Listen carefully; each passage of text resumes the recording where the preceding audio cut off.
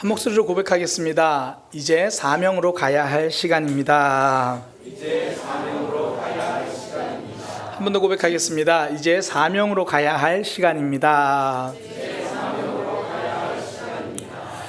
굉장히 유명한 말이 있죠. 준비하지 않는 삶은 실패하는 삶을 준비하는 거다. 그러니까 준비하지 않는 삶은 실패하는 삶을 준비하는 거다. 벤자민 프랭클린이 한 이야기입니다. 준비가 중요하다라는 이야기죠.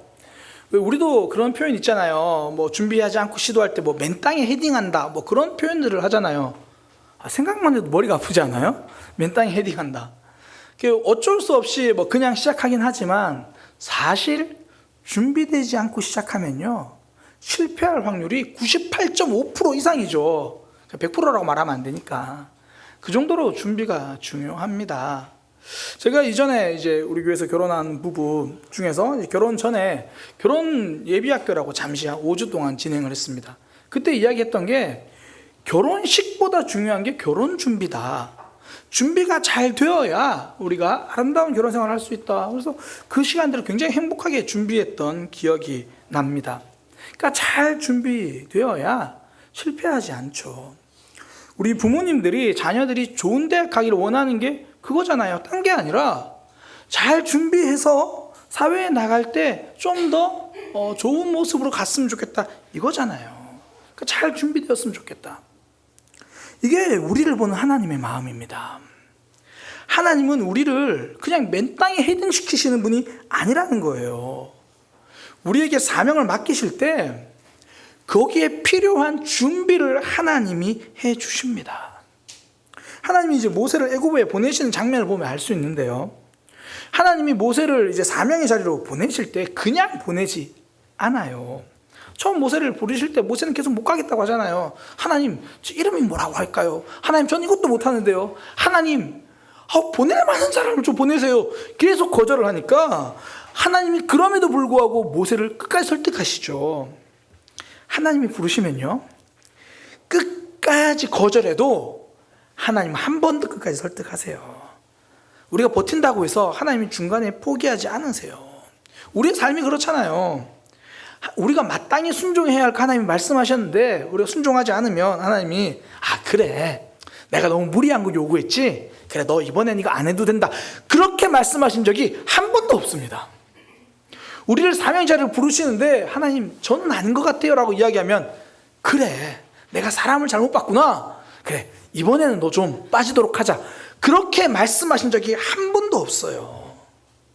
비록 시간이 걸릴지라도 하나님은 설득하시고요, 때로는 그 시간이 걸리는 동안 우리가 다듬어지고 빚어지면서 좀 아프기도 해도 하나님은 결국 설득하셔서 우리를 그 자리로 보내세요.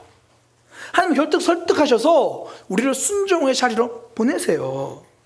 모세 보세요.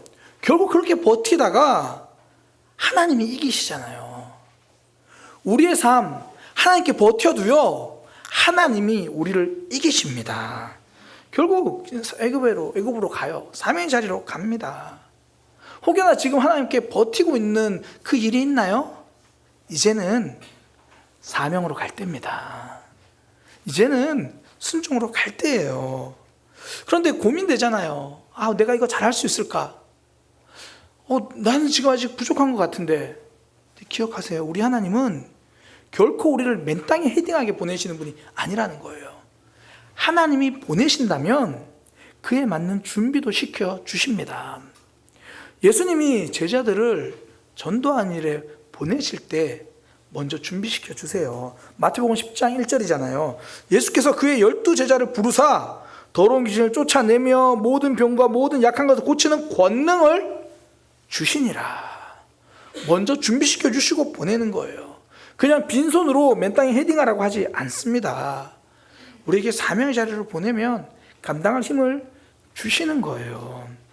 그러니까 사명을 주신다는 건 다른 말로 능력을 주신다는 거예요. 사명을 주신다는 건 다른 말로 우리를 하나님께서 그 모습에 걸맞는 모습으로 아름답게 빚어 주신다는 거죠. 헨리 블랙가비 목사님이 그렇게 말했어요. 큰 임무를 수행하는 사람이 소심한 성품을 갖고 있는 것보다 더 병적인 것은 없습니다. 큰 임무를 수행하는 사람이 소심한 성격을 갖고 있는 것보다 더 병적인 것은 없습니다. 그래서 또 이어서 하는 말이 하나님은 주어진 임무를 수행할 수 있도록 거기에 맞는 성품을 키워주십니다. 그러니까 빈손으로 무조건 강요하시는 분이 아니라 필요한 것 있으면 주시고 우리가 변화되어야 될 모습이 있으면 빚어 주신다는 거죠. 하나님께서 우리에게 사명의 자리로 가라고 말씀하신다는 건 그 사명을 통해 우리를 새롭게 해주시겠다는 약속이에요. 이번에 국내 선교 시청한 분 중에 한 분이 그런 얘기를 하더라고요. 이 국내 선교를 통해서 비록 짧지만 기대가 된대요. 나 자신이 성장하고 달라질 게 기대가 된다, 그런 얘기를 하더라고요. 그게 하나님의 마음입니다. 사명의 자리는요, 하나님이 준비시켜 주시기 때문에 성장의 자리입니다. 사명의 자리는 하나님이 준비시켜 주시기 때문에 내가 아름답게 빚어지는 자리예요. 하나님은 우리를 빈손으로 그냥 보내지 않습니다. 모세를 보냈을 때 동일해요. 실컷 설득하고 나니까 모세가 하나님 가겠습니다. 그래서 하나님이 야, 잘 걸렸다. 야, 너 가서 고생해봐라. 이러지 않아요. 필요한 준비가 먼저 알려주시고 그 준비도 하나님이 시켜주십니다. 저는 오늘 말씀을 통해서 그 준비가 무엇인지를 함께 살펴보려고 하는 거예요. 하나님이 우리도 사명의 자리로 보내시잖아요. 보내십니다. 하나님 우리에게도 순종의 말씀을 하시잖아요. 그러면 하나님, 전 아직 부족한 것 같은데, 그러나 하나님 오늘 말씀을 통해서 아니야, 내가 널 이렇게 준비시켜 줄 거야 이야기하신다라는 거죠. 크게 두 가지예요. 첫 번째는 사명을 감당할 수 있는 능력을 주신다는 거고, 두 번째는요, 무너지지 않도록 거룩을 준비시켜 주신다는 거예요. 그러니까 일을 감당할 수 있는 능력, 또 자신을 지킬 수 있는 거룩, 그걸 하나님이 사명자에게 준비시켜 주시는 거거든요. 그러니까 사명을 감당하는 능력, 그걸 할 수 있는 힘, 그리고 내가 무너지지 않을 수 있고 나를 지킬 수 있는 힘, 하나님이 사명자에게 이거 주신다고 하는데, 이거 예수님이 하셨던 말씀으로 굉장히 비슷하지 않아요?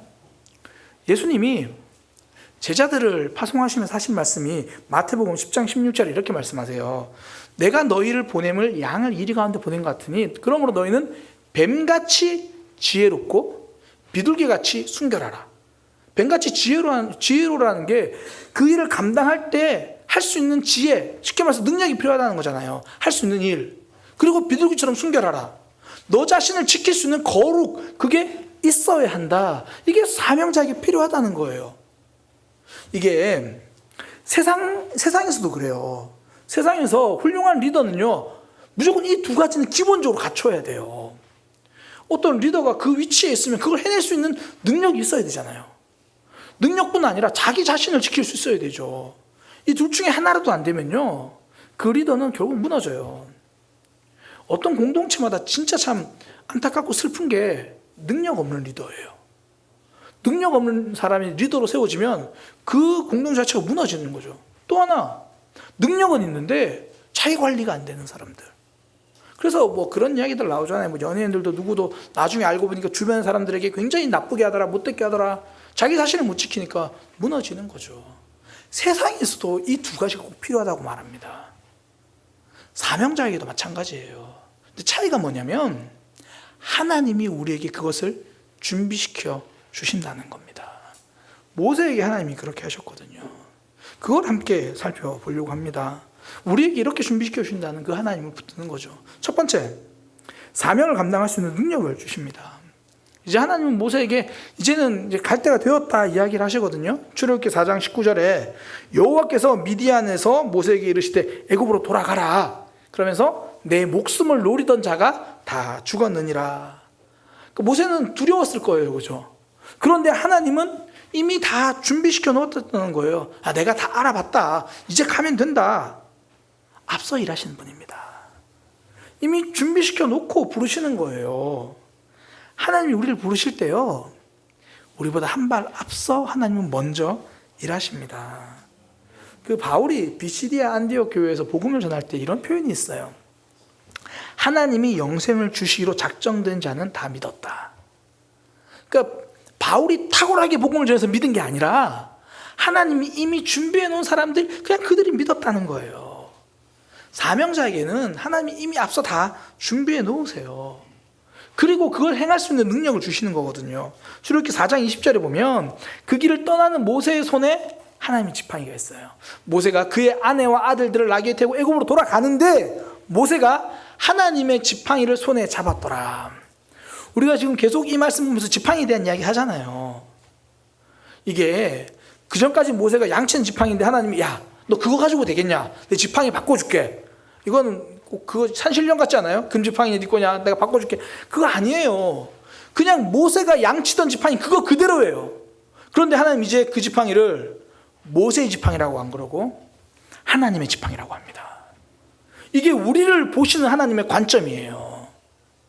평범한 나였는데 하나님의 사명의 자리로 가니까 능력 행할 수 있는 하나님의 사람이라고 우리를 부르시는 거예요. 하나님이 우리에게 그 능력을 주십니다. 하나님을 만나기 전에는 평범한 지팡이에요.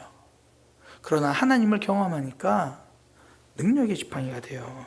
그렇잖아요. 평소에 내 모습만 보면 특별한 것도 없고 굉장히 평범한 사람이잖아요. 근데 어떤 분이 그러더라고요. 목사님, 평범한 게 보통 힘든 게 아니에요. 저 이거 맞는 것 같아요. 요즘 평범한 것도 쉽지 않아요. 그런데 하나님은 우리를 평범 수준이 아니라 하나님 수준으로, 하나님의 사람으로 만들어 주는 거죠. 언제요? 사명의 자리로 가니까 그 준비를 시켜주신다는 겁니다. 우리가 전도 그러면 일단 좀 말을 잘해야 될 것 같고, 전도 그러면 뭔가 좀 대단한 능력이 있어야 될 것 같고, 그런데요, 내가 사명의 자리로 가면 하나님이 나를 통해 그 영혼 살리신다는 거예요. 그 전도에 대해서 많이 강의를 하시는 목사님들이 하나같이 하시는 말씀이, 전도는 안 하면 안 되고 하면 된다, 이렇게 이야기를 해요. 굉장히 단순한 말인데 실제로 그래요. 하기 전에는 이거 될까? 안 될 것 같은데? 근데 막상 교회 갑시다 그런데 진짜 모르는 사람이 네, 언제 가면 될까요? 의외로 그런 경험이 많다는 거예요. 목사님, 저는 그런 경험이 한 번도 없던데요. 자, 가슴에 손을 얹고 생각해 보세요. 내가 전도를 한 적이 한 번도 없는 것은 아닌지, 혹은 한두 번 하고 말았던 것은 아닌지.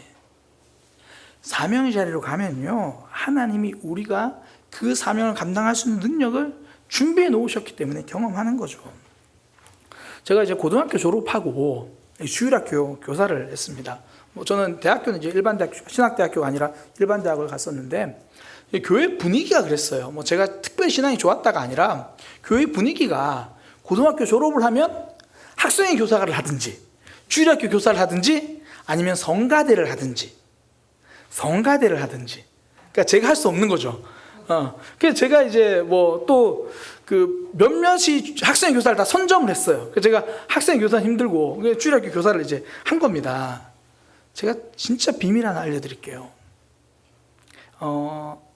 이 당시로 제가 표현을 해야겠는데, 이 당시에는 저는 아이들을 안 좋아했어요. 목사님, 그럼 지금은 좋아하시나요? 노 코멘트요. 아이들을 안 좋아해요. 그런데 하나님이 그렇게 주일학교 교사, 교회를 통해서 하라고 하시니까 했거든요. 제가 능력이 있어서가 아니라 교사를 하니까 저를 통해서도 전도대에서 교회 온 아이들이 있더라는 거예요. 저를 통해서도 계속 교회에 나와서 학생회까지 이어지고 청년부까지 나온 아이들이 있더라는 거예요. 사명의 자리로 가니까 그 능력은 하나님이 준비시켜 주십니다. 기도도 동일해요. 하나님, 저분은 어떻게 기도하면 응답도 잘 되는데 기도는 저분이 해야 되나요? 아니요. 하나님이 기도하라고 할 때 아멘하고 기도하는 그 사람에게 응답의 역사를 경험하는 거예요. 제가 그 말씀 여러 번 드리잖아요. 어떤 사람은 기도하니까 병도 낫고 그런 일도 있다던데, 여러분, 우리에게도 가능합니다. 언제요? 몸 아픈 사람을 위해서 내가 간절히 기도할 때 하나님은 나의 기도를 쓰셔서 영혼을 살리시는 거죠. 하나님이 우리에게 사명의 자리를 보내실 때 가면요, 감당할 능력 하나님 주십니다. 나는 여전히 부족하죠. 그러나 하나님이 그 능력을 준비해 주시는 거예요. 모세도 동일합니다. 처음 사명 받았을 때 그냥 지팡이예요. 기적을 하나 보여주세요. 지팡이로 던져라. 던지고 뱀이 돼요. 잡아라. 지팡이 된다. 그거 하나뿐이었어요. 근데 사명의 자리로 가니까 그 지팡이가요, 나일강을 치니까 나일강이 피로 변합니다. 그 지팡이가요, 앞을 가로막은 홍해도 갈라내는 그 지팡이로 쓰십니다. 지팡이를 내밀라 그랬더니 바다가 갈라져요.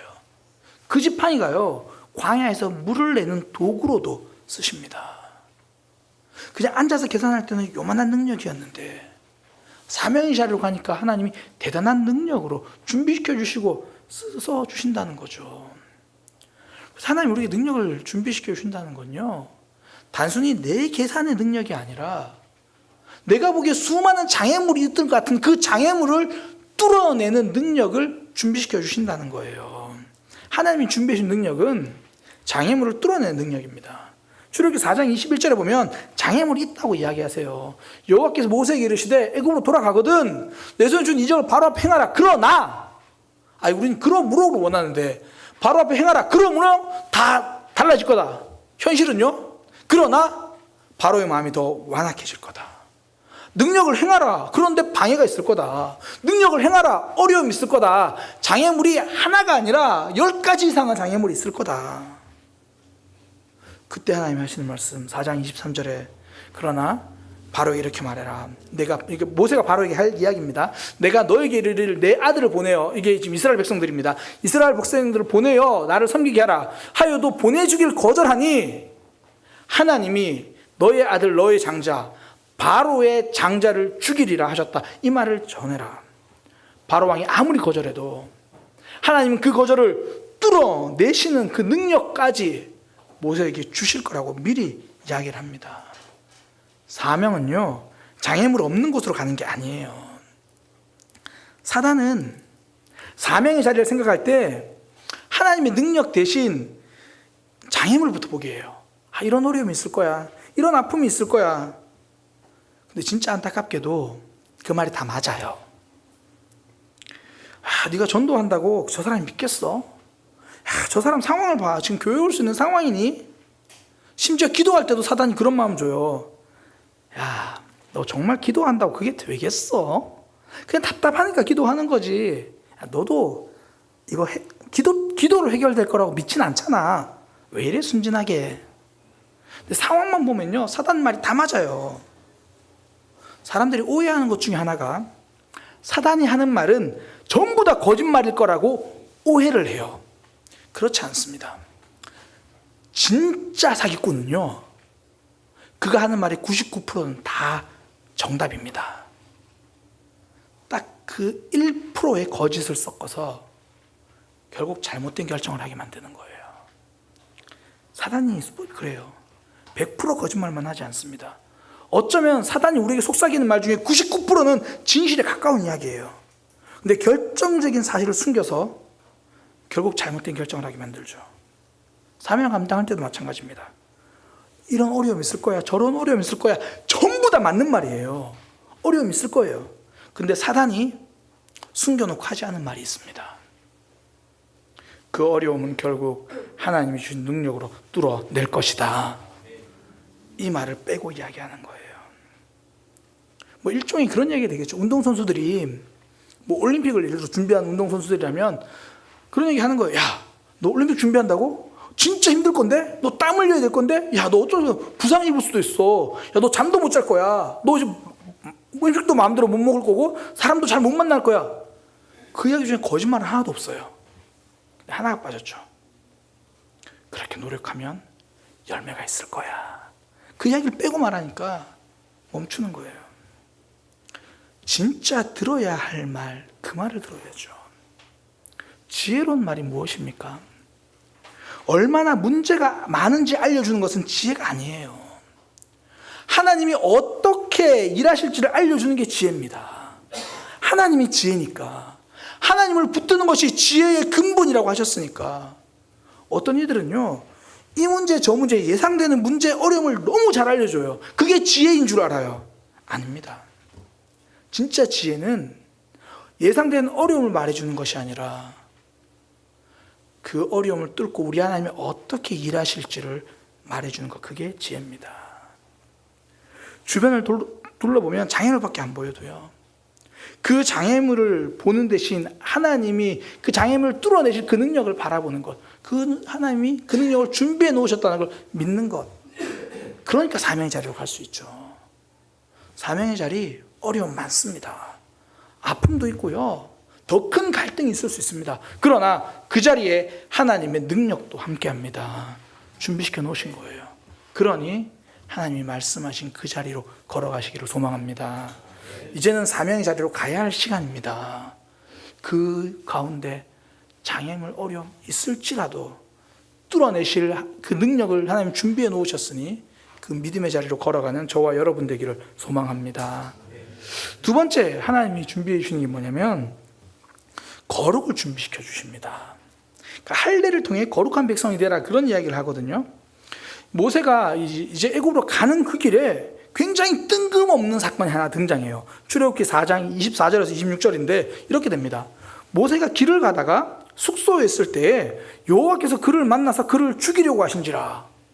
아니, 하나님이 지금 애굽으로 보내셨는데 가는데 갑자기 모세를 만나서 죽이려고 하신대요. 왜 그러실까? 이유가 안 나오는데 그 갑자기 살아난 사건이 하나 있어요. 그게 뭐냐면 할례거든요. 하나님 모세를 죽이려고 하시니까 그 아내, 이제 십보라가 모세의 아내인데, 십보라가 칼을 가져다가 그 아들의 포피를 베어, 이게 이제 남성들 포경수술을 이야기하는 겁니다. 성기의 그 껍질을 이제 잘라내는 거, 할례죠. 그거를 이제 잘라내고 나니까 26절에 여호와께서 그를 놓아 주시니라. 그러니까 지금 하나님께서 갑자기 모세를 죽이려고 하세요. 그런데 할례를, 그 모세의 아들에게 할례를 행했더니 이 문제가 해결이 돼요. 그러니까 지금 하나님이 보내시면서 왜 갑자기 죽이려고 하시나? 왜 할례를 하고 나서야 죽음에서 면하게 되나? 이건 이 이야기예요. 하나님이 모세를 너 죽이겠다가 아니라 너 지금 너의 아들이 할례를 받지 않으면 결국 너는 죽게 될 것이다를 알려주시는 거예요. 할례가 뭐예요? 나는 하나님의 백성입니다 라는 고백이 할례거든요. 이스라엘 백성들이 그렇게 할례를 받았어요. 참, 아브라함에게 하나님 약속하시면서. 그런데 지금 모세의 아들은 미디안 광야에서 태어났습니다. 미디안에서 태어났어요. 그러니까 장인 어른은 미디안 제사장이에요. 아마 그러니까 할례를 받지 않은 것 같아요. 다르게 말하면 미디안 사람들과 별 차이 없이 산 거죠. 하나님의 백성이라는 정체성이 없습니다. 구별되지 않은 거예요. 하나님은 구별되지 않은 상태로 가면 죽는다는 겁니다. 구별되지 않은 상태로 가면 무너진다는 거예요. 왜 할례를 받아야 하나? 아니면 그럼 모세는 그래도 모세에게 할례를 행했다는 얘기 없으니까 모세만 받으면 되지 왜 자녀까지 받아야 되나? 왜 자녀들까지 할례를 행해야 되나? 사람들이 자기 자녀들에게 요구하는 삶이 곧 나의 정체성이에요. 왜 그런 이야기 있잖아요. 저는 진짜 하나님만 잘 섬기고 싶어요. 저는 정말 믿음대로 살려고 하는데 참 힘드네요. 저 믿음대로 살고 싶어요. 근데 자녀들은 이렇게 말하는 거예요. 야, 너 시험 기간이지? 일단 학원 갔다가 예배는 못 가는데, 야, 시험 기간이니까 일단 학원 갔다가 마치고 교회에서 기도하고 가. 내 입술의 고백은 믿음인데 자녀에게 말하는 건 학업이에요. 그러면 내 중심이 거기 있다는 거예요. 왜 그렇습니까? 자녀들에겐 진짜 좋은 거 주고 싶거든요. 내가 생각하기에 진짜 좋다고 말하는 거, 그거 주고 싶어 하거든요. 자녀들에게 무엇을 이야기하느냐가 진짜 그 사람의 정체성이에요. 하나님이 지금 모세 아들에게까지 할례를 행하라고 하신 이유, 진짜 온전히 구별된 하나님의 백성으로 애굽에 가라는 거예요. 사명을 감당하는 수많은 할 일보다 하나님 앞에서 할례를 행하는 게 먼저라는 겁니다. 정말 위험한 게 뭐냐면 사명 감당하다가 거룩을 놓치는 거예요. 할 일을 하려고 하다가 하나님의 방법을 놓치고 세상과 구별되지 못하는 거예요. 하나님의 백성이 구별되지 않으면 사명을 감당할 수 없습니다. 사명은 하나님의 방법으로 감당하는 거예요. 제가 신학대학원 다닐 때요, 그 침신대, 지금도 이제 저 전사학기 일부 확인해 보니까 지금도 그 교회가 앞에 있다고 하는데, 침신대학 그 대학원 앞에 굉장히 큰 교회가 하나 지어졌어요. 그러니까 건물이 세워졌어요. 제가 대학원 다닐 때 그 건물이 막 짓기 시작했고 이제 다 완공이 됐어요. 완공되고 6개월 후에 굉장히 놀라운 이야기를 들었습니다. 뭐냐면 그 교회에서 전도 축제를 하는데, 그 전도 축제에서 전도 가장 많이 해온 사람 1등 상품이 소나타였는 거예요. EF 소나타. 그 당시에 그러니까 전도를 가장 많이 해온 사람에게 그걸 상으로 걸어놓고 EF 소나타를 주겠다. 그걸 상으로 걸어 전도하라는 거예요. 신학생인 마음에 이건 아니라는 생각이 드는 거예요. 100번 양보해서 예를 들어 교회 재정이 넉넉하면 어떤 그냥 뭐 선물로 그것도 이상하긴 하지만 100번 양보해서 선물로 뭐 그런 차량을 준다고 하면 그나마 정말 100번 양보해서 이해를 해주겠는데 전도한 상으로 자동차를 걸어놓고 그건 전도 사명이 아니라 회원 모집 사업 아닌가요? 세상의 방법이 들어오는 순간 그 사명이 아니라 사업입니다. 하나님은 우리에게 사업을 하라고 하지 않으세요. 목적이 거룩하면 방법까지도 거룩하라는 거예요. 구별된 모습이 먼저라는 겁니다. 지금 우리 교회는 주보에 보면 이 헌금자 명단이 없잖아요. 어떤 교회에서는 어떤 교육관을 지어야 된다, 뭘 지어야 된다 그러면요, 그 사람들 이름을 거기 현판에 새겨주기 시작해요. 그러면 훨씬 헌금이 많이 들어오는 게 맞아요. 이번에 우리 의자 바꾸잖아요. 만약에 그 한 분이 헌물한 게 아니라 정말 우리가 막 의자가 다 상해서 막 곰팡이 피고 다 부드러지는 의자를 바꿔야 되는데 교회가 돈이 없는 거예요. 그래서 개개인이 헌물해 주시기 바랍니다. 대신에 그 헌물한 분들 이름을 이렇게 누구누구 이렇게 기록해 주면요, 특히 믿음이 연약한 사람일수록 그게 좋아 보이거든요. 그게 서로 하는 거예요. 그건 사명이 아니라 사업입니다. 하나님의 백성은 하나님의 사역을 하나님의 방법으로 하는 거예요. 그래서 사명자일수록 거룩이 중요합니다. 하나님은 대제사장에게 그 대제사장이 쓰는 머리에 쓰는 관에다가 여호와의 성결이라고 쓰라고 이야기하세요. 출애굽기 28장 36절. 너는 또 순금으로 패를 만들어 도장을 새기는 법으로 그 위에 새기되 여호와께 성결이라고 하라. 대제사장은 모든 사람이 주목하는 그 자리예요. 그 자리에서 여호와를 향한 성결을 잊어버리면 대제사장직도 사업이 되는 겁니다. 하나님은 우리에게 사명의 자리에서 거룩을 지키라고 말하세요. 세상은요, 자리가 사람을 만든다고 말해요. 성경은요, 자리가 거룩을 만들어내야 한다고 말씀하십니다. 그래서 어떻게 하면 사람들 보기에 더 많은 성과를 낼까? 이것보다 중요한 게 어떻게 하면 하나님 보시기에 부끄럽지 않을까? 이 고민이 먼저입니다. 할 일보다 중요한 게 할례이기 때문입니다. 거룩을 놓치면 다 무너지는 거예요. 그래서 하나님은 모세가 애굽으로 도착하기 전에 할례를 통해 그 아들에게 피가 흐르게 하죠. 그래서 피 이야기를 하잖아요. 할례를 행하면 피가 납니다. 그것처럼 거룩을 위해서 우리가 하나님 백성으로 구별되기 위해서 흘려야 할 피가 있죠. 사단은 왜 계속 사업수단으로 사명을 감당하라고 유혹합니까? 그래야 더 빠르니까요. 수고 덜 해도 되니까요. 당장 눈에 보이는 성과가 있으니까요. 성도는 거룩을 위해서 흘려야 할 피를 아끼지 않습니다. 내 손해가 흘려야 된다면 손해를 감당하고, 내 눈물이 흘러야 된다면 그 눈물을 감당하고, 때로는 내가 피눈물이 나는 한이 있더라도 내가 세상 사람들과는 다른 모습으로 서는 거죠. 그래서 하나님은 할례부터 하고 가라고 합니다. 거룩을 준비시켜 주는 거예요. 그냥 가면 무너진다. 거룩을 먼저 준비하라. 사명을 감당하기 위해선 잘라내야 할 삶이 있다는 거예요. 우리가 이제 사실 맹자는 이름만 들어보지 그 일화는 맹자 어머니 일화를 우리는 더 잘 알잖아요. 맹자 어머니가 딴 건 몰라도 자녀 교육은 대단했다 이런 건 알잖아요. 맹모 삼천지교 교육을 위해서 집을 3번이나 옮겼다. 요즘 말로 하면 좀 심하게 얘기하면 아마 위장 전입까지 아마 하려고 했지 않을까. 실제로 다 옮기긴 했으니까 위장 전입 아니었겠지만, 그렇게 보기에 위장 전입하는 크리스찬보다 맹자 어머니가 나은 것 같아요. 다 옮겼어요. 근데 그 이야기보다 더 중요한 게 그 이야기 말고 또 하나 유명한 일화가 뭐냐면 맹모단기예요. 맹모단기. 그러니까 맹자의 어머니가 배틀을 잘라버렸다라는 그 이야기인데, 이제 맹자 어머니 진짜 학구열이 참 대단했던 것 같아요. 맹자를 유학을 보냅니다.